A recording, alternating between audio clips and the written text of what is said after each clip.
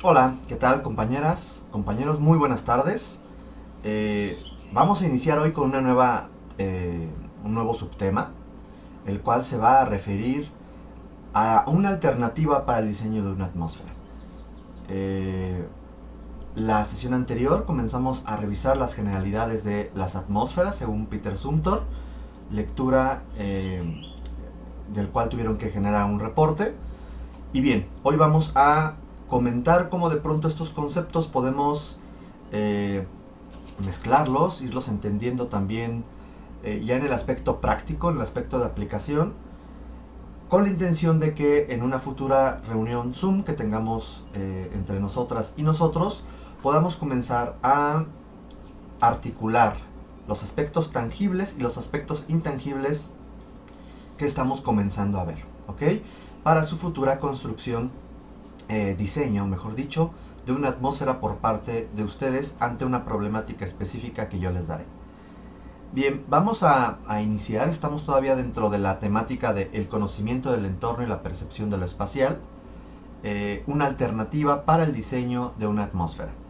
Ahí podemos ver una fotografía del estudio Iturbide, eh, Coyoacán, de Gabriela Carrillo y Mauricio Rocha, en el cual podemos ver ciertos elementos que en armonía se están evidenciando aquí: el manejo de la luz natural, el manejo del mobiliario, el manejo de ciertos materiales, texturas, dimensiones, proporciones, el color, las, eh, la celosía que estamos viendo al exterior, cómo de pronto se genera un cubo de iluminación y ventilación sin tener que generar lo que de pronto caemos en la idea de terrazas o balcones. No, estás generando un espacio para ti, un espacio exterior para ti, para que lo puedas no nada más contemplar desde un espacio interior, sino que puedas tú complementar estos aspectos de iluminación y ventilación. ¿Ok? Bien, ¿cómo poder comenzar a entender esto de la espacialidad que habíamos dicho? Que la espacialidad son las características en el cual se conjuga el vacío, o sea, el espacio arquitectónico, y lo espacial, o sea, el envolvente geométrico que delimita este vacío. ¿Ok? Si estamos hablando de atmósferas como parte de esta serie de estímulos sensoriales que podemos recibir en una obra arquitectónica, porque vamos para un análisis fenomenológico que veremos en clases subsecuentes. Eh, para poder hablar de la fenomenología y de las emociones y las sensaciones, etcétera, pues tenemos que de pronto ser nosotras y nosotros lo suficientemente eh, conscientes de cómo podemos nosotros generar ciertos estímulos y cómo estos estímulos serán recibidos. ¿Ok? Es importante señalar que es un tema subjetivo, porque las experiencias que tenemos cada una de nosotras y cada uno de nosotros es muy diferente.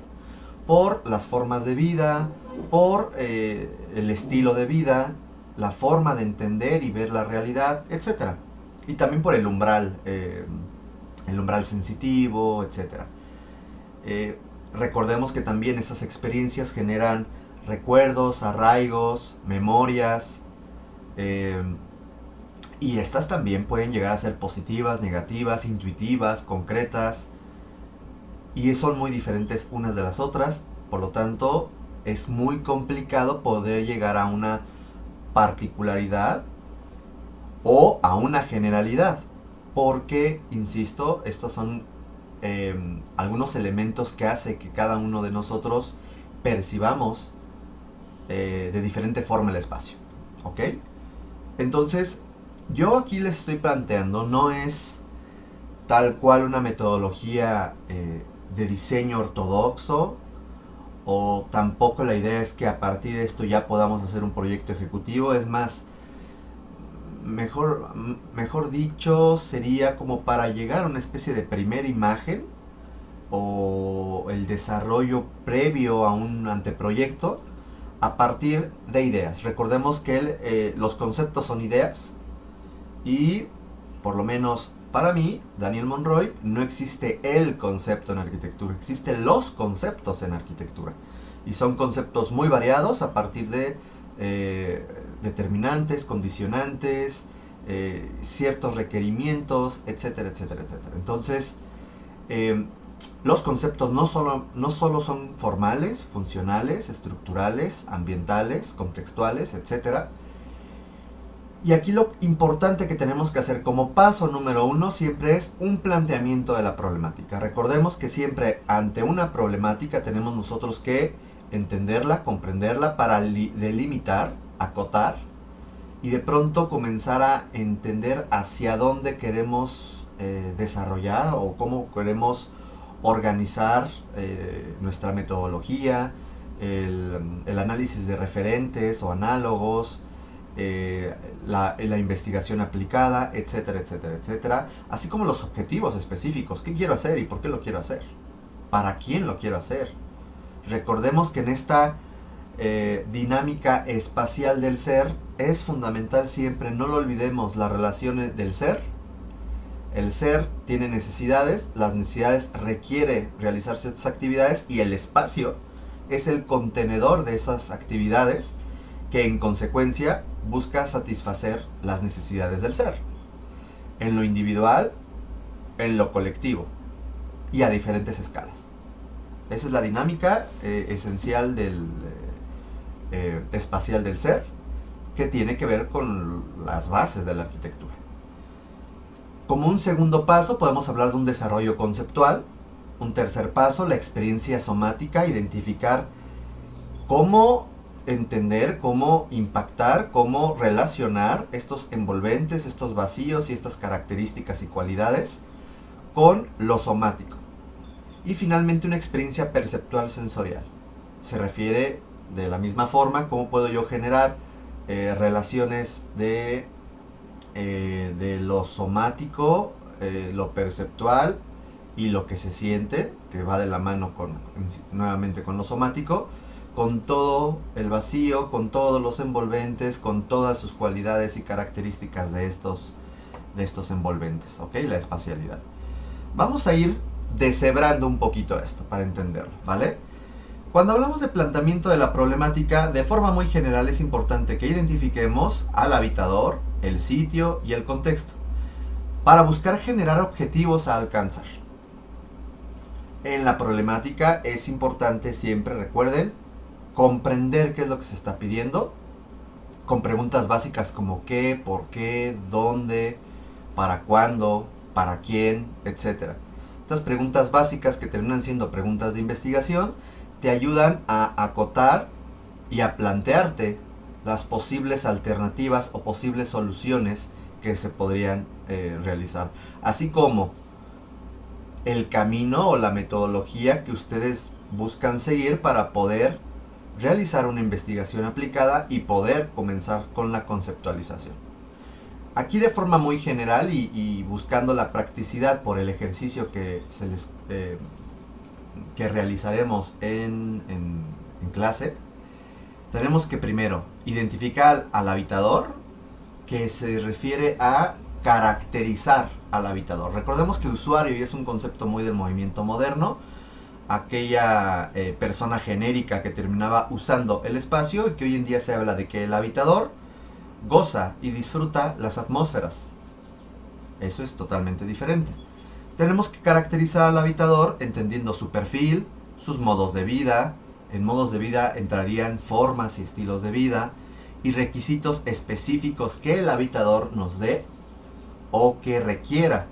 Tiene que ver todo esto finalmente con necesidades de las que el habitador es consciente y de las que tampoco es consciente. Al hablar del sitio, aquí es importante que entendamos, puede ser que la atmósfera que vayamos a realizar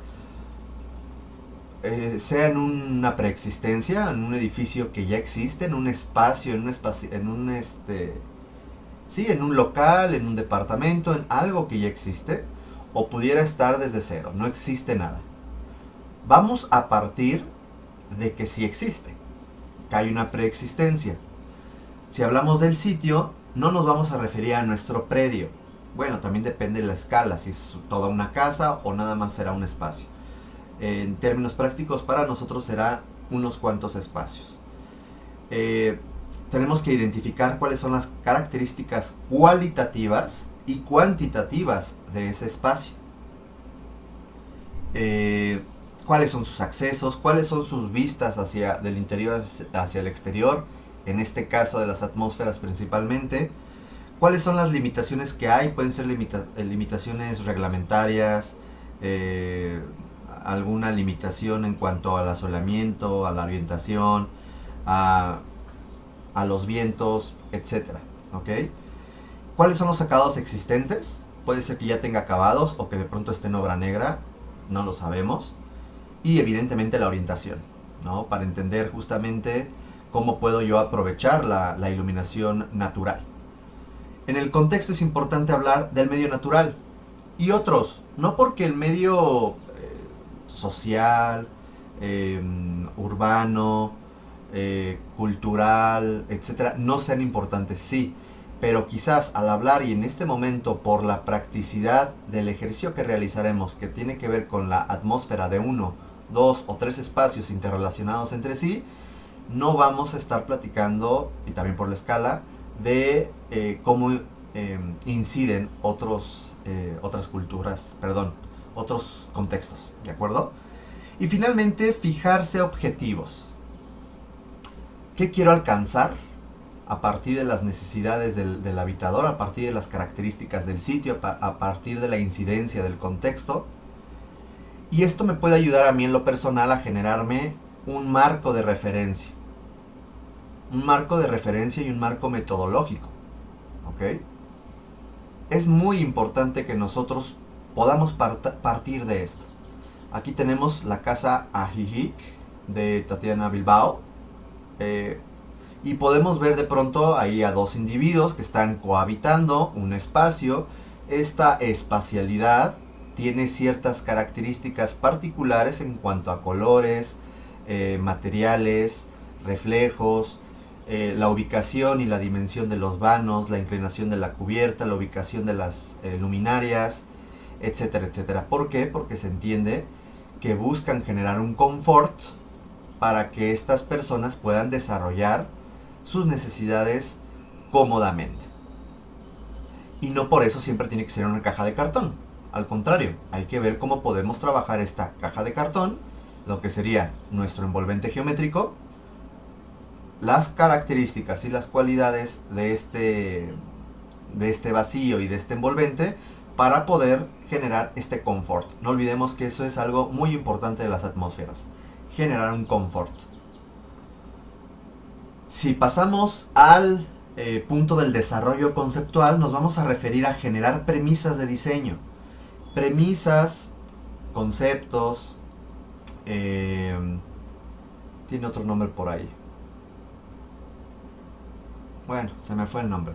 Premisas de diseño, conceptos, se refiere a hacer croquis, a cómo todo este proceso mental que comienza a generar una imagen mental, cómo comienzo a materializarlo.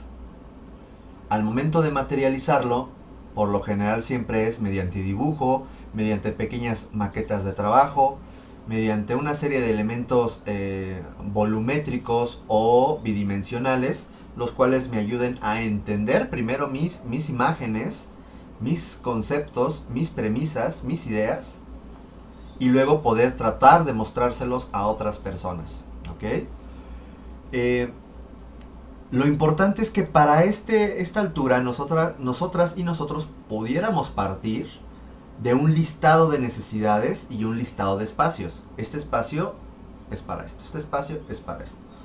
O mucho mejor, un programa arquitectónico. ¿Ok?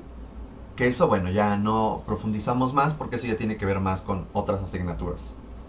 Pero es importante que esto comencemos a articularlo también con otras asignaturas. Puedo partir yo de 3 preguntas básicas y sobre todo para el ejercicio que realizaremos. 1. ¿Qué necesidades y actividades se busca satisfacer? 2. ¿Cuáles son las emociones y sensaciones que se desean generar? 3. ¿Cómo se desean lograr? Esa es la gran pregunta. Y pongo por ahí un inciso D de referencias. Las referencias es bien interesante para el diseño de las atmósferas o para la arquitectura del interiorismo porque existen tendencias. Las tendencias se relacionan con las modas, con ciertos aspectos conceptuales, compositivos, eh, que están dominando el diseño de interiores o que existen ciertos enfoques para la aplicación de las atmósferas.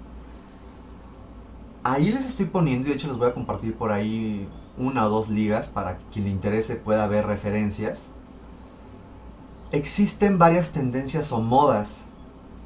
Aquí les pongo yo una lista que además, se fijas, en una lista bastante amplia y no es la única, o no son todas los estilos, vamos a llamarle estilos, frecuentemente se le llama así, aunque estilo sabemos que viene de estilo, de columna, y bueno, prefiero llamarle tendencias.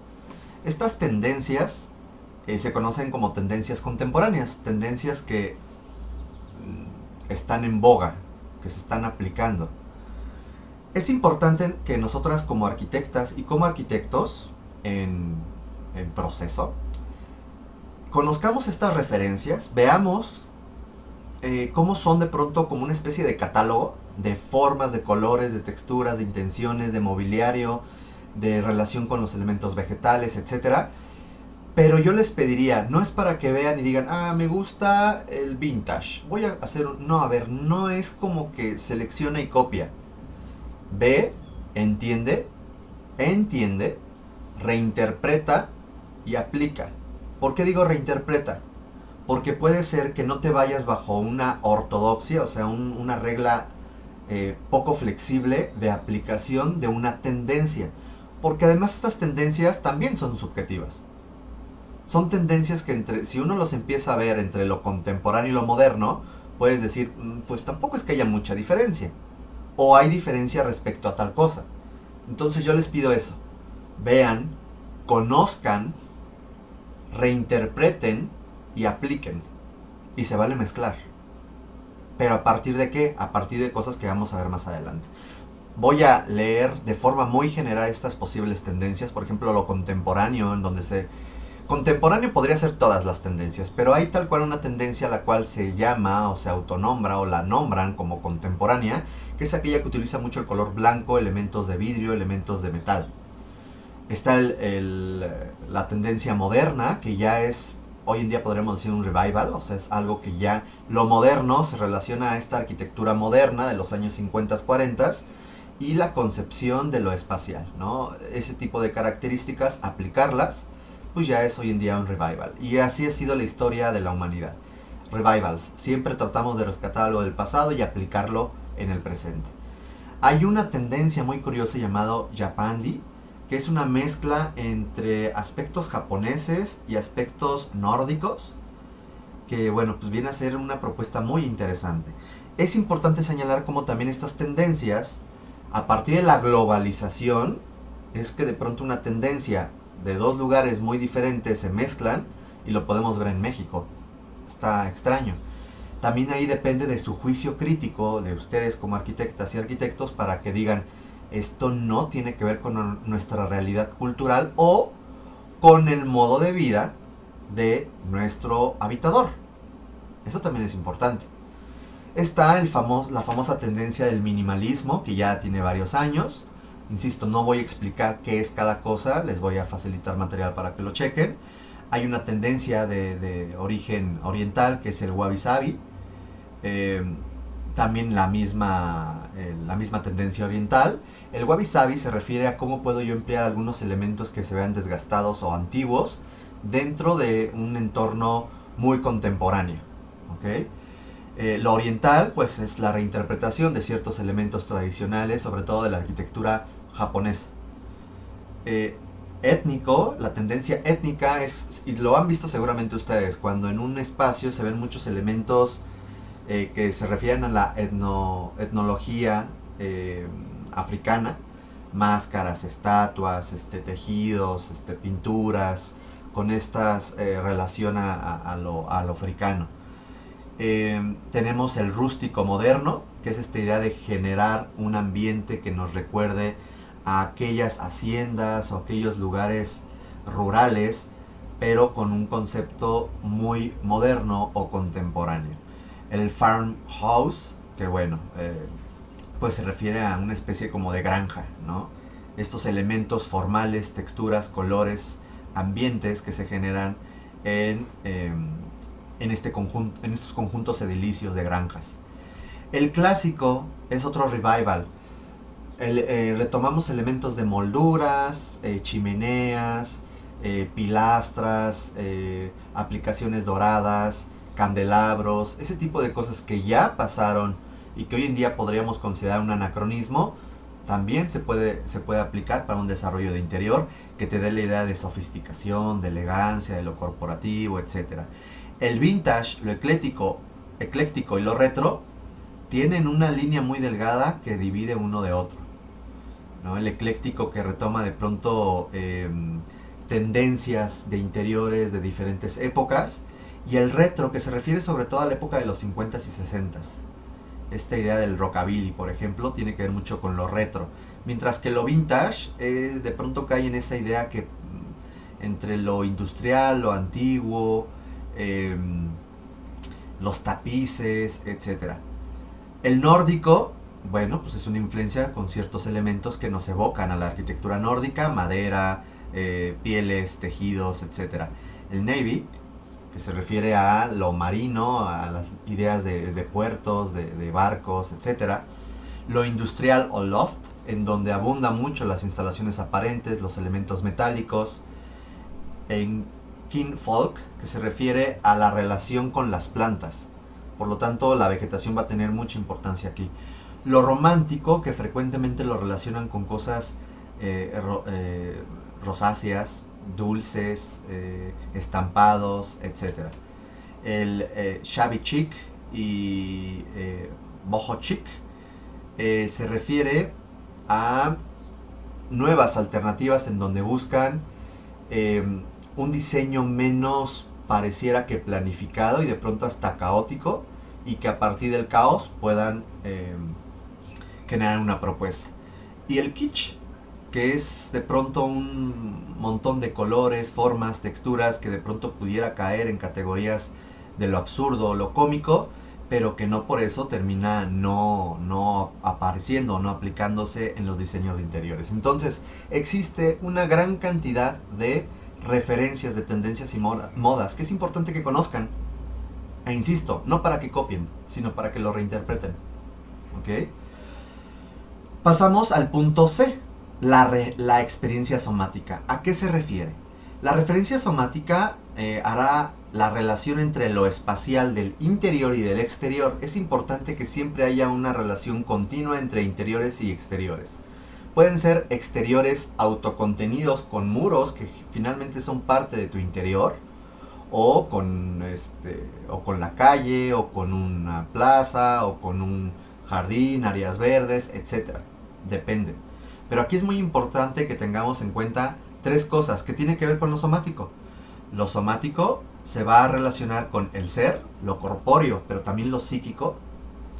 Su percepción, recordemos que la percepción son los procesos en los que nuestros órganos sensoriales obtienen la información de nuestro alrededor, o sea, los estímulos, para que nuestro cerebro los organice a partir de nuestros estados internos, como pueden ser las necesidades, y de una interpretación o una respuesta inmediata a ese estímulo. Hablando entonces del gusto, de la vista, del olfato, del oído, del tacto.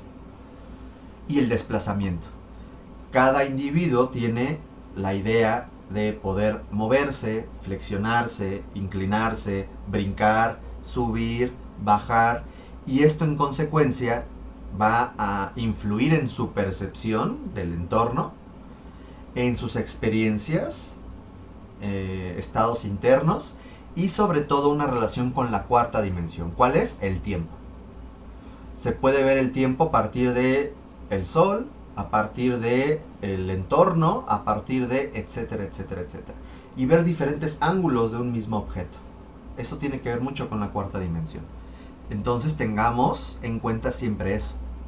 Cuando hagamos un diseño de una atmósfera, es importante que comencemos a incentivar la percepción y a facilitar la percepción en aras de relacionar lo somático, lo sensitivo, con la cuarta dimensión. Los grados de intimidad, que son conceptos que retomamos del señor Peter Zumthor, los grados de intimidad, sosiego, que es la tranquilidad, la seducción, que tiene que ver mucho con las secuencias y que de pronto, ¡pum!, te encuentras algo. Eso es las emociones también. Las sorpresas, perdón. ¿Cómo puedo yo generar esto? Pues mediante recorridos y secuencias. Si yo comienzo a jugar con planos, o sea, con muros, para generar accesos acodados, accesos directos, y comienzo yo a generar diferentes recorridos. Imagínense que esta persona va caminando por aquí y escucha agua, pero no ve de dónde viene.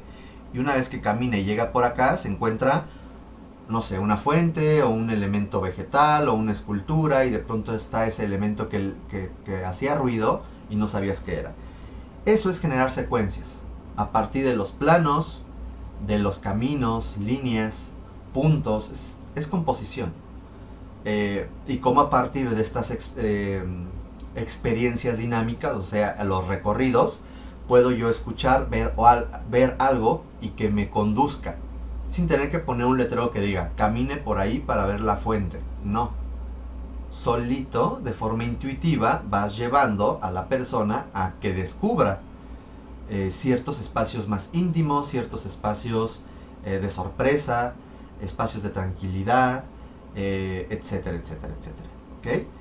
Y la relación ser mueble. De ese también no hablaré mucho porque tiene que ver mucho con la antropología y cómo el mueble se utiliza para diferenciar espacios y cómo el mueble se puede también utilizar para una gran dinamismo y una gran flexibilidad atendiendo a las necesidades del ser. ¿Okay? Ese es todo un tema, el mueble. Antes de comenzar a ver las secuencias, que es hacia donde queremos ver las posibilidades, tenemos que hablar del círculo de las emociones. Este círculo de las emociones de los años 80 del siglo anterior parte de 4 emociones básicas: miedo, ira, disgusto, tristeza, felicidad y sorpresa. Cada una de estas va teniendo grados de complejidad. Por lo tanto, si hablamos de felicidad, pudiéramos hablar nosotros de optimismo, y el optimismo nos podría llevar a la inspiración. Vean cómo son una clasificación de emociones, de las más básicas a las más complejas. Y aquí la pregunta es, ¿cómo o con qué estímulo puedo yo realizar para que un ser manifieste después del círculo de la información, que después veremos que es el círculo de la información, que ante un estímulo, nuestra conciencia, ya veremos qué es eso, genera una respuesta, y esa respuesta es una emoción, entre otras. Entonces, si yo tengo un estímulo y quiero generar una emoción, vamos al revés. Yo quiero generar un espacio de inspiración. Entonces ahí vamos al revés. ¿Cómo puedo yo, a partir de mis procesos de la conciencia, de la memoria, de la percepción, qué estímulo me podría generar un espacio de inspiración? Ahí está la dificultad. ¿Cómo puedo yo generar un espacio en donde yo me sienta apartado? Y que lo apartado se relaciona con lo solitario y lo solitario con lo triste. ¿Con qué elementos, colores, formas, texturas, etcétera, puedo yo generar en una persona que se sienta aislado, que se sienta apartado? Y a lo mejor no nada más porque llegue y ponga a llorar, ¿no? A lo mejor para generar un espacio de introspección, un espacio, la soledad es parte de estos procesos también de conocerse, etcétera, etcétera. ¿Cómo? Esa es la gran pregunta. ¿Cómo lo vamos a hacer?